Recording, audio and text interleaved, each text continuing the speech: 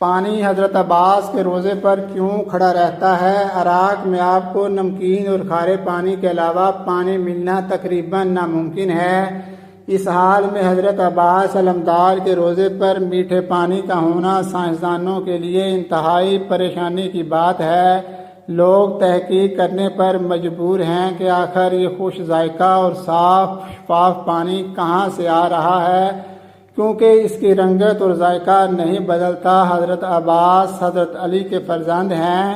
61 ہجری میں کربلا میں اپنے بھائی حضرت امام حسین کے ساتھ شہید ہوئے۔ حضرت امام حسین کے حکم پر آپ پانی لینے کے لیے علقمہ نہر پر گئے اور بڑی بہادری سے نہر سے پانی بھرا، لیکن وہاں پر عمر بن سعد کے سپاہیوں نے انہیں شہید کر دیا۔ آپ کو اسی مقام پر دفن کر دیا گیا جہاں شہادت ہوئی۔ پھر وہاں پر ہی حرم حضرت عباس تعمیر کیا گیا۔ کہا جاتا ہے کہ وہی پانی جو آپ نہر علقمہ سے لینے گئے تھے لیکن خیموں تک نہ پہنچا سکے، آپ بھی اسی نسبت سے پانی آپ کے روزے میں موجود رہتا ہے۔ کربلا کے میدان میں شدید پیاس کے باوجود بھی حضرت عباس نے پانی پر قبضہ کرنے کے بعد اپنے آقا حضرت امام حسین اور ان کے اہل و عیال کی پیاس کو مد نظر رکھتے ہوئے پانی نہیں پیا تھا،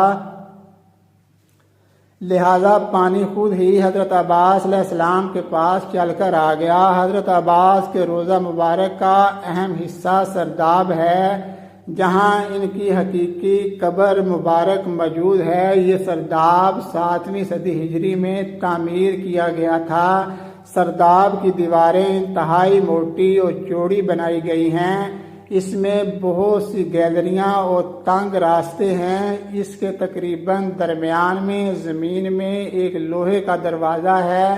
یہ دروازہ اس راستے پر کھلتا ہے جو سرداب کی طرف جاتا ہے۔ یہ راستہ 8 سیڑھیوں پر مشتمل ہے اور 8 سیڑھیوں کے بعد سرداب کا فرش شروع ہوتا ہے۔ سرداب والی گیلری میں بعض جگہ قبریں بھی ہیں اور گیلری کی دیوار جو کہ حضرت عباس علیہ السلام قبر اقدس کے قریب ہے، اس میں محراب نما طاق بنے ہوئے ہیں۔ بعد میں ان کے سامنے دیوار بنا کر انہیں بند کر دیا گیا، لیکن منصوبے کے تحت اس دیوار کو ختم کر کے نئی دیوار بنائی گئی ہے اور اس دیوار میں سوراخ رکھے گئے ہیں اور سنگ مرمر لگانے کے بعد سرداب کی گیلری مزید 10 سینٹی میٹر تنگ ہو گئی ہے۔ سنگ مرمر بھی منصوبے کے تحت ہی لگایا گیا تھا۔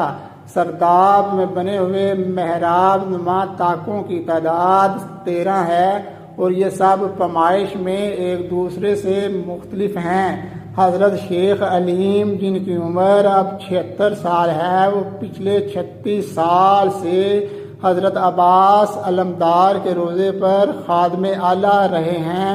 انہوں نے اپنی کتاب میں لکھا ہے کہ پہلے سرداب میں یہ پانی چشموں کی صورت بہتا تھا، یعنی ایک طرف سے آ کر دوسری طرف نکل جاتا تھا اور 400 سال تک ایسے ہی رہا۔ اس کے بعد پانی ٹھہر سا گیا اور کبھی کبھی حرکت کرتا ہے۔ نہ پتہ چلتا ہے کہ پانی کہاں سے آتا ہے اور کہاں چلا جاتا ہے، لیکن مجھے لگتا ہے کہ یہ حضرت عباس کی قبر مبارک کے آس پاس کی ہی زمین سے مسلسل نکلتا رہتا ہے۔ پہلے سرداب کی سیڑھیاں عام لوگوں کے لیے کھلی ہوتی تھیں تو ہر کوئی پانی کو تبرک کے طور پر لے جاتا تھا۔ حضرت شیخ علیم مزید لکھتے ہیں کہ یہ پانی سردیوں میں گرم اور گرمیوں میں ٹھنڈا ہوتا ہے۔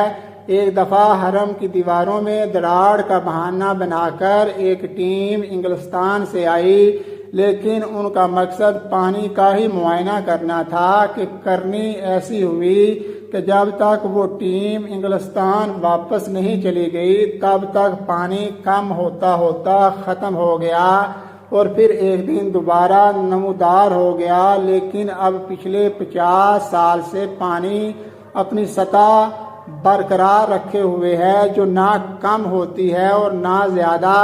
شیخ علیم لکھتے ہیں کہ دنیا کے کسی بھی کونے میں پانی 1 مہینے سے زیادہ اگر پڑا رہے گا تو بدبودار ہو جائے گا، لیکن اس سرداب کے بند ہونے کے باوجود پانی بدبودار نہیں ہوتا بلکہ خوشبودار ہے۔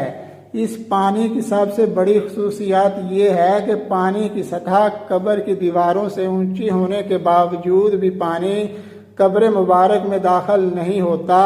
اللہ اکبر، کیسا معجزہ دکھا رہا ہے اللہ تعالی ہم کو، اور کس قدر خوبصورت بات ہے کہ پانی قبر میں داخل نہیں۔